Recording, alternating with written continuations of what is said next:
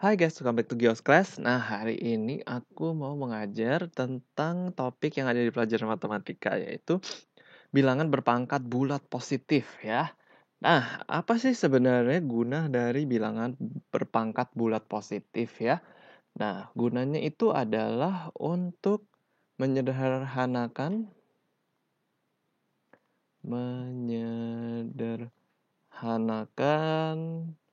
bilangan yang memuat angka relatif banyak ya. Yang memuat angka relatif banyak. Oke, contohnya seperti ini ya. Tapi kita mulai dari yang kecil-kecil dulu ya angkanya ya. Bilangan berpangkat bulat positif itu seperti ini contohnya. Misalkan 2 pangkat 3 ya. Nah, 2 kalau ada angka kecil di atas ini kita sebutnya 2 pangkat 3 atau gini ya. 2 pangkat 3 ya gitu. Kalau misalnya eh 3 terus ada atasnya kecil gini ya berarti 3 pangkat 4 seperti itu ya. Nah, kalau 2 pangkat 3 berarti itu artinya adalah 2 kali 2 kali 2. Artinya dikali 2 dikali 2 kali 2, 2-nya ada 3 lah ibaratnya gitu ya. 2 kali 2 kali 2 gitu. Sebanyak 3 kali. Seperti itu artinya. Nah, jadi kalau misalnya 2 kali 2 kali 2 hasilnya adalah 8 ya. Nah, lalu misalkan lagi ya, contoh lain lagi misalnya 3 pangkat 2. Nah, kalau pangkat 2 itu sebenarnya kita bisa sebut dengan sebutan kuadrat ya. Nah, untuk yang pangkat 2 itu kita bisa sebut dengan kuadrat. Jadi maksudnya kalau 3 pangkat 2 itu bisa kita bilang 3 kuadrat gitu ya. Kalau 4 pangkat 2 ya 4 kuadrat, 5 pangkat 2 5 kuadrat gitu ya. Nah, untuk 3 pangkat 2 itu seperti ini. Jadi 3 pangkat 2 itu adalah 3 kali 3 berarti ya. Karena 3 pangkat 2 berarti 3-nya ada 2 kali. 3 kali 3 hasilnya adalah 9 gitu. Nah, bagaimana dengan 3 pangkat 10? Nah, ya berarti kita mengalikan 3 sebanyak 10 kali gitu ya. 3 kali 3 kali 3 kali 3 kali 3 sampai 10 kali gitu ya. Tuh 2, 3, 4, 5, 6. Kurang 4 lagi. Tuh 2, 3, 4, 3 lagi. 10 kali ya. 1, 2, 3, 4, 5, 6, 7, 8, 9, 10. 3 kali 3 kali 3 sebanyak 10 kali. Itu namanya 3 pangkat 10.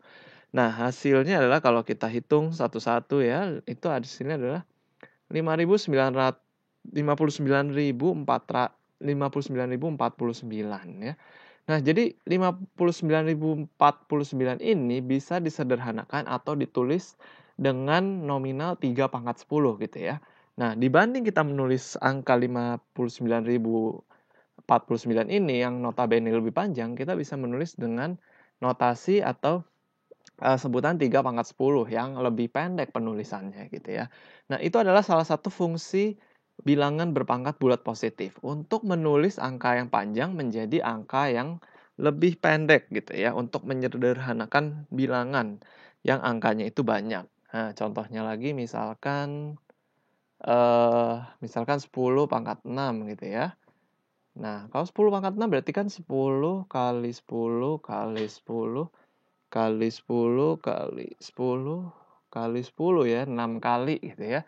Nah, kalau 10 pangkat sesuatu ini sih gampang sebenarnya ya. Jadi kita tulis aja 1 di depan, nah terus nolnya itu ngikutin jumlah pangkatnya.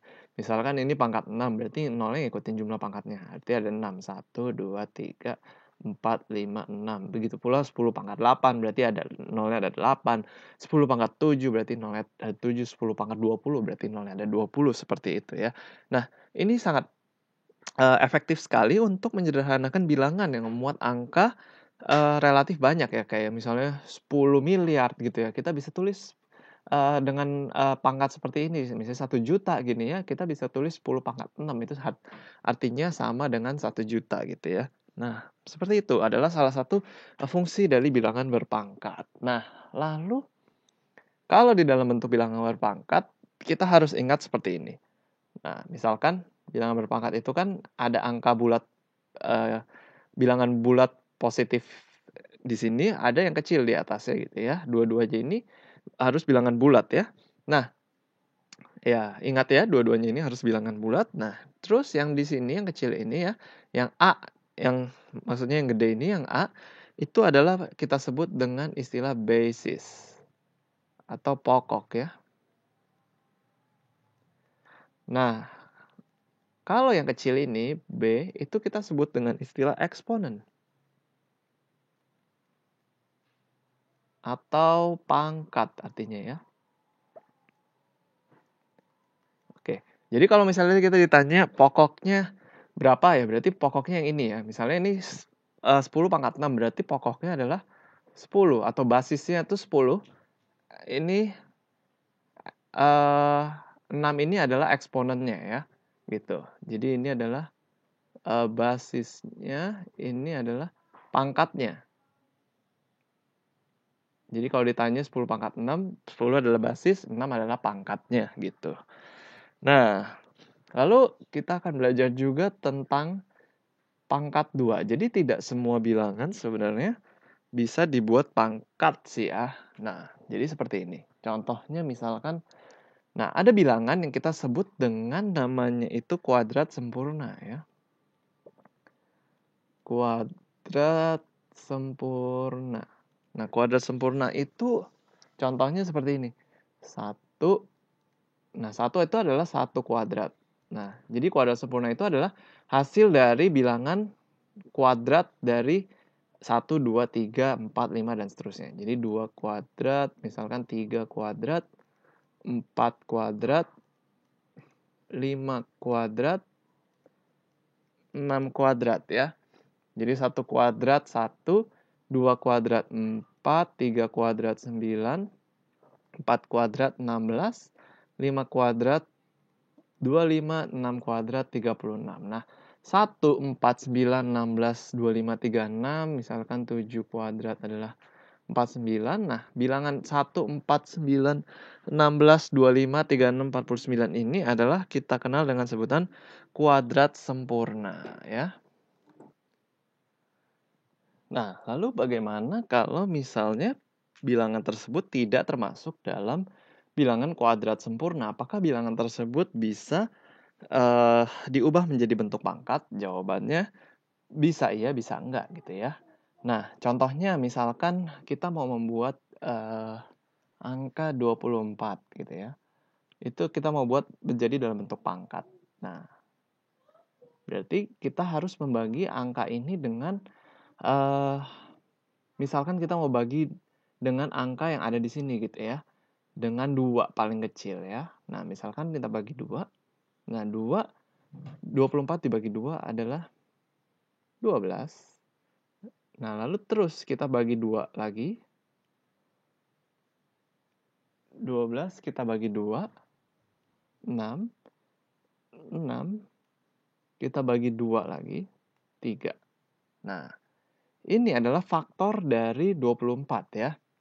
Nah, jadi kita dapat tulis ini seperti ini. 24 itu sama dengan 2 pangkat 3. Karena 2-nya ada 3 ya. 1, 2, 3. Dan dikali dengan 3. Nah, jadi bisa dibuat dalam bentuk berpangkat. Tapi dikali lagi dengan sebuah bilangan positif lainnya gitu ya. Nah, tidak seperti kuadrat sempurna ini yang nggak perlu dikali lagi gitu ya. Contoh misalkan 81 gitu ya. Nah, misalkan kita mau bagi 2, 81 bagi 2 tidak bisa ya. Jadi kita bagi dengan 3 gitu. Jadi kita harus coba mulai dengan bagi dengan 2 dulu. Kalau nggak bisa, kita harus bagi dengan 3. Ya, kita coba bagi dengan 3 ya. Nah, 81 bagi 3 itu adalah 27. 27 dibagi 3 adalah 9. 9 bagi 3 adalah 3. Nah, jadi 81 dapat kita tulis, karena ini udah 3 lagi ya, jadi udah bilangan prima paling kecil sebenarnya. Nah, jadi dia udah tidak bisa dibagi lagi. Nah, baru kita tulis dalam bentuk bilangan pangkat, ada 3, 1, 2, 3, 4. Jadi 3 pangkat 4 ya.